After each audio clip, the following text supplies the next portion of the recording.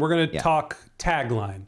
Purpose, mission, and vision are big, important words. One other person that's talked a lot about similar concepts is Simon Sinek.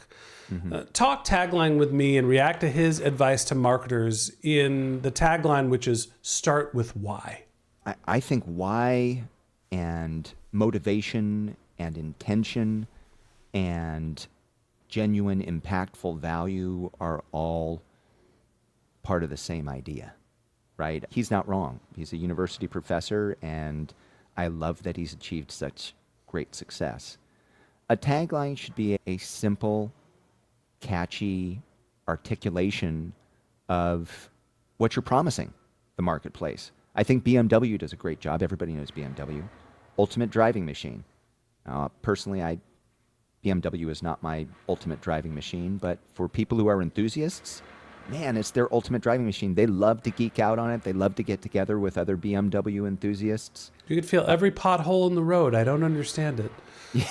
No, but right, you just say ultimate driving machine. Everybody knows that's BMW immediately because they're consistent about it. One thing you can say about BMW is they sure strive to deliver that idea with excellence, and their stakeholders certainly agree with them that they're delivering it with excellence.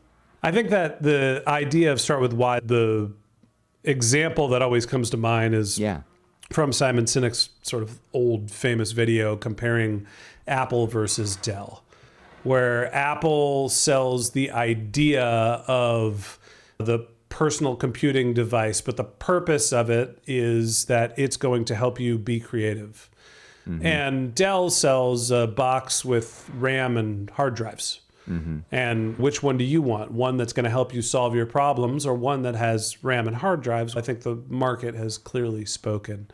When you think about the juxtaposition of marketing towards purpose as opposed to features, how do you delineate between when you talk about yourselves and that sort of underlying purpose and vision as opposed to try to promote the how?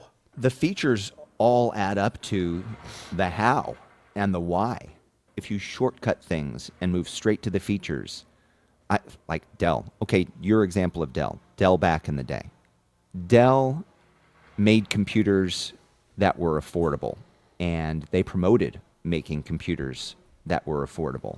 And I always felt like it was a missed opportunity. Apple's computers were always difficult to afford back in the day compared to the Dell computers. I always wondered, why didn't Dell make it sexier by saying, this is every man and woman's computer.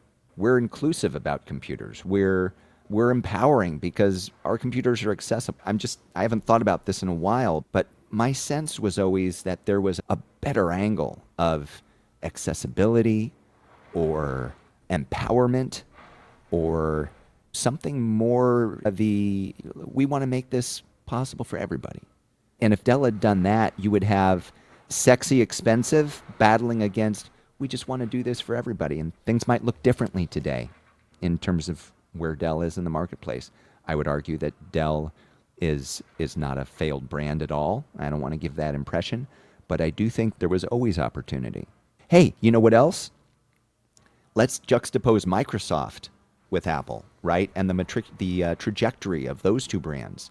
I think with how Bill Gates transformed his public image through, as we understand it today, Melinda's influence with Gates Foundation, the name Gates became representative of creating impact and creating access and positive things.